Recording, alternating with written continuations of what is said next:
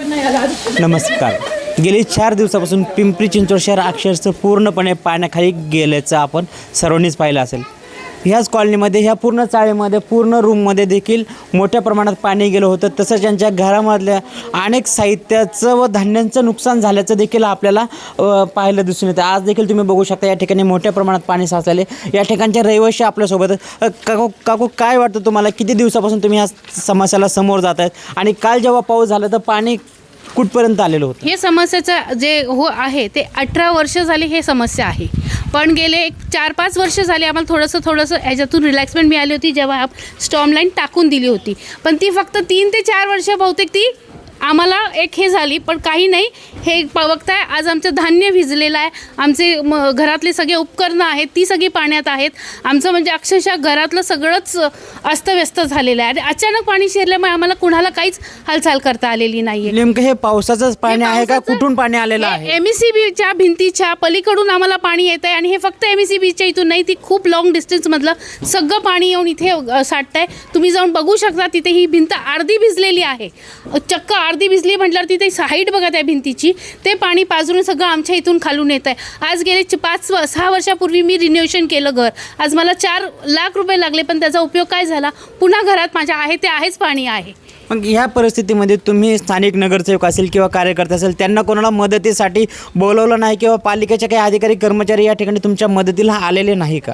वारंवार आम्ही सगळ्या अधिकाऱ्यांना सांगितलं. अगदी 15 वर्ष झाली आम्ही ह्या MECBच्या पाण्यासाठी लढतो आहे. एकदा फक्त पाईप टाकून दिला, पण पाईप टाकला तरी त्याचा काही तेवढा उपयोग झालेला नाही आहे. कारण त्याच्यातून मला वाटतं 25%सुद्धा पाणी जात नाही आहे. इतकं ते पाणी आतमध्ये भीषण पाणी आहे, भीषण घाण आहे आतमध्ये. ती सगळ्या घाणीची, पाण्याची, सगळ्या तुम्ही जाऊन पाण्याची वास बघू शकता. एखाद्याला वाटेल जसं काही ड्रेनेजचं पाणी आहे. हे ड्रेनेजचं पाणी नाही आहे. हे MECBमध्ये झाडं आहेत, छोटी छोटी किडे जे काय असतील ते मरून पडले असतील आता ह्या पावसाच्या ह्याच्यात. त्याची सगळी घाणीचे आम्हाला सगळी जंतू म्हणा. एकीकडे बघितलं तर प्रभागामध्ये काही नगरसेवक काम करताना रस्त्यावर दिसून येतात आणि तुमच्या समस्याकडे कुठल्याही नगरसेवकाचं लक्ष गेलेलं दिसत नाही का?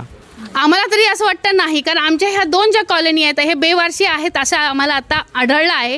कारण आमच्या इथली रोड बघा, आमच्या इथलं स्टॉर्म लाईन बघा, आमच्या इथली ड्रेनेज लाईन बघा, जे बघताल ते तुम्हाला सगळं डॅमेज किंवा म्हणजे अशा स्थितीत आहे की बहुतेक हे 50 वर्षापूर्वीची गोष्टी आहेत. इथे काही होत नाही. रोड नुसता वाढत गेला. आमच्या इथे 4 पायऱ्या होत्या. आज आमची स्थिती काय आली आहे? आणि जो तो येतो म्हणतो घर वर करा. घर वर करणं सोपं नाही. आम्ही मध्यमवर्गीय लोक आहोत. इथे काय लोनही होत नाही की चला लोन काढलं आणि फेडलं. हे आम्हाला फक्त वर घ्यायची ओपिनियन देतं. पण तुम्ही हा रस्ता जर प्रत्येक वेळेस नुसता वाढवत गेलाय त्याचं काय? एक महापालिकेच्या आयुक्तांना तुम्ही काय इशारा द्याल की त्यांचे नगरसेवक किंवा अधिकारी तुमच्यापर्यंत अशा परिस्थितीने पोहोचत नाही? अजून देखील पाऊस मुसळधार असण्याची शक्यता नाकारता येत नाही. पावसाळा अजून पूर्ण संपलेला देखील नाही आहे, नेमका सुरू झालेला आहे. आम्हाला एकच म्हणणं आहे की आमचं हे जे आहे सगळ्यात महत्त्वाचं कारण म्हणजे MECBमधलं पाणी, हेच त्याचं प्रॉब्लेम सगळ्यात पहिला सॉर्ट आउट झाला पाहिजे. आणि हे जे रस्ते आहेत ह्याच्यावरती जे बटर लावल्यासारखं लेअर तुम्ही प्रत्येक वेळेस लावता, आम्हाला लेअर नको आहे. हे घासून काढा आणि आम्हाला एक व्यवस्थित डिस्टन्सचा रस्ता द्या. प्रत्येक वेळेस तुम्ही त्याच्यावर चढवत गेलात. आम्ही तर घरं किती वर नेली तरी काही वर्षांनी आम्ही पुन्हा खालीच येणार आहोत ना. तुम्ही 4 नगरसेवक निवडून दिलेले त्या प्रभागामध्ये, ते नेमकं करतात काय? आता ते काय करतात हे आता आम्ही आत्ता तरी काय सांगू शकत नाही. कारण प्रत्येकाला हाक दिली, कुणी हो म्हटले, कुणी म्हटले सगळीकडेच पाणी आहे, कुणी म्हणतात की येतो आहे, तुम्ही हे लोकेशन पाठवा, तुम्ही हे करा, पण कुणीही आलेलं नाही आहे. आणि जे चाललं आहे ते आम्ही आमच्या ह्याच्यावरती चालू आहे. कोण जाऊन माती काढतंय, ज्याला जसं पटेल ते तसं करतोय. काय सांगाल, किती दिवसापासून या समस्याला तुम्ही पुढं जात आहे? बरं, इथंच नाही तर इथून कुठपर्यंत पाण्याच्या समस्याला समोर जावं लागतंय? मी आत्ता 2-3 दिवस खूपच म्हणजे मला खूप प्रेशर आलं आहे. माझं पूर्ण घर पाण्यात होतं. माझं सगळं म्हणजे अन्नसुद्धा नाही माझ्या पोटात. आज 3 दिवस झालं.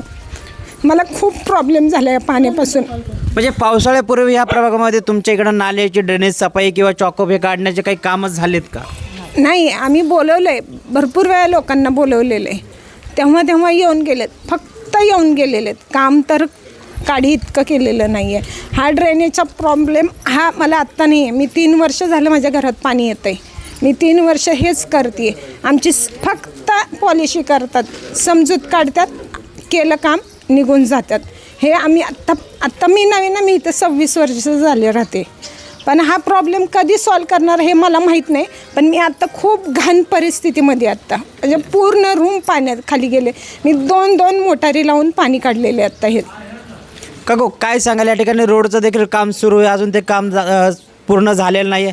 येता जाताना त्या रोडचा किती अडचणीचा सामना करावा लागतोय का तुम्हाला? भरपूर लहान लहान मुलं, काल तर 5-6 जणं पडली तिकडं, ते उठून परत पडतात तिकडंच. पण ते काम काही होत नाही, खूप संत गतीने काम होतं इकडं, बाकी काही नाही. दुर्लक्षित आमचे चाळी आहेत इथं. कुणीच आहे, बोलणारा नाही आणि बघणाराही नाही, कुणीच येत नाही आमच्या चाळीला विचारायला. त्या रोडच्या नेमकी अडचण काय होती? लहान मुलांना शाळेत आणायला न्यायला अडचण होती का दैनंदिन प्रवास करताना? दैनंदिनही होतं, कारण की सगळे ड्रेनेज जे आहेत ना ते सगळे खचले खाली. गाडी नेताना आणताना काय होईल सांगता येत नाही, कारण की सगळे ड्रेनेज खाली गेलेले, वरती कुणी आणलेले नाही आहे त्याला. असं ड्रेनेज झालेलं आहे आणि ड्रेनेज पूर्ण पॅक झालेलं आहे, सगळं त्यांना प्लास्टर केलं आहे, असं झालेलं आहे ते आता. म्हणून हे सगळा प्रॉब्लेम झाला, आता पाणीच झालं नाही. दिसून येते. इथं अनेक समस्या आहेत. आता प्रमुख समस्या जी आहे ती ड्रेनेजच्या पाण्याची आणि पावसाच्या पाण्याची. इथून पुढं प्रशासनानं कशा प्रकारे त्यावर मार्ग काढला पाहिजे, आपली काय अपेक्षा आहे? आमची अशी अपेक्षा आहे की स्टॉर्म लाईन, प्रत्येक लाईनीत तुम्ही स्टॉर्म लाईन काढा ना. फक्त आमच्या इथे सगळा लोड का दिला आहे? आता आमच्याच ह्या ड्रेनेज लाईनला कपॅसिटी किती आहे तुम्ही बघा पाईपची, आणि ह्याच्यावरती लोड दिलेला आहे किती तुम्ही विचारा. आम्हाला विचारण्यापेक्षा त्यांच्याच अधिकाऱ्यांना विचारा की ह्याला ड्रेनेजला किती तुम्ही लोड दिलेला आहे, किती कॉलनीज ह्या ड्रेनला सोडलेल्या आहेत, जेव्हा की ह्या ड्रेनची किती कॅपॅसिटी आहे. ही ड्रेन लाईन फक्त ह्या लाईनीसाठी होती, कारण त्याची पाईपच छोटी होती, आणि तेव्हा सांगण्यात आम्हाला आलं होतं की ही लाईन फक्त ह्याच्यासाठी, म्हणून हा पाईप फक्त एवढा छोटा आहे. आणि आता जर लोकही वाढलेली आहेत, शिवाय अजून कॉलनीज तुम्ही त्यात जोडलेल्या आहेत, तर आम्ही लोकांनी करायचं काय? आमच्या अक्षरशः तुम्ही बघू शकता, आमच्याकडे टॉयलेट आमच्या घरात आम्ही मुलं ठेवलीच नाही, आम्ही अशा जागी पाठवलीत जिथे ते राहू शकतात, कारण टॉयलेट्स आमचे फुल फ्लडेड आहेत. टॉयलेट आम्ही यूज करू शकत नाही आहे. अजून काय सांगाल, या ठिकाणी जेव्हा रस्त्याचा प्रवास का पाय घसरून पडण्याची भीती तुम्हाला वाटते का? कारण की पावसाचं पाणी तुमच्या चाळीमध्ये बघितलं व रस्ते देखील एकदम खडतर झालेले आहेत. कालच पडलेत त्या पाण्यात. मी आजारीच होते, आता काय सांगायचं, या पावसाने आणि ते बघूनच आजारी पडले. अजून देखील पावसाच्या समस्याला समोर जात आहेत तुम्ही. मग आता काय करायचं, ती काय रात्रभर जसा पाऊस सरलाय तसं माणसाला झोपा नाहीत का, काय नाही, उपसितात पाणी घरातलं मोटराने ह्याने. आम्हाला लहान लहान लेकरं आहेत आमची, ही आहेत सगळी फजिती. एक महापालिकेच्या आयुक्त व प्रशासनाला काय विनंती असेल तुमची की त्यांनी कशा प्रकारे काम केलं पाहिजे? आता चांगलं काम केलं पाहिजे. आता सगळ्यांचंच करतात तसं आमचं बी केलं पाहिजे ना चांगलं काम. हां, म्हणजे असं कसं बरं सगळीकडे करतात आणि हीच कॉलनी, आमचीच कॉलनी का तशी ठेवली त्यांनी, करीतच नाही ते व्यवस्थित, तर काय करणार, शेवटी काय करणार आम्ही? हां, आपण बघितलं असेल, पावसाळ्यापूर्वी जी नाले सफाई महापालिकेनं व स्थानिक प्रशासनानं करायला पाहिजे होती ती सुरळीत न केल्यामुळे इथल्या नागरिकांना अनेक समस्याला समोर जावं लागतं. आणि या ठिकाणचे काही नगरसेवक ते फक्त ठराविक प्रभागामध्येच काम करताना आपल्याला पाहायला दिसून येते.